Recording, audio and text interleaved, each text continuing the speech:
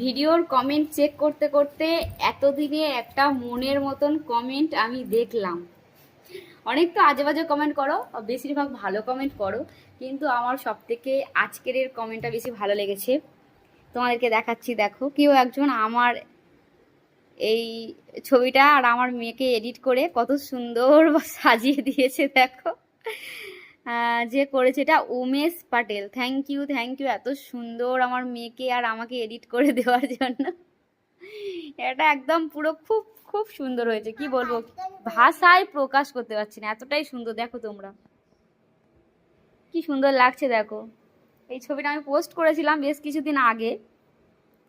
তো আমার মেয়েটা ছিল নর্মাল ড্রেসে, তো এরকম ভাবে এডিট করে দিয়েছে, আমি ছিলাম এই ড্রেসটাতে। খুব সুন্দর হয়েছে, খুব সুন্দর।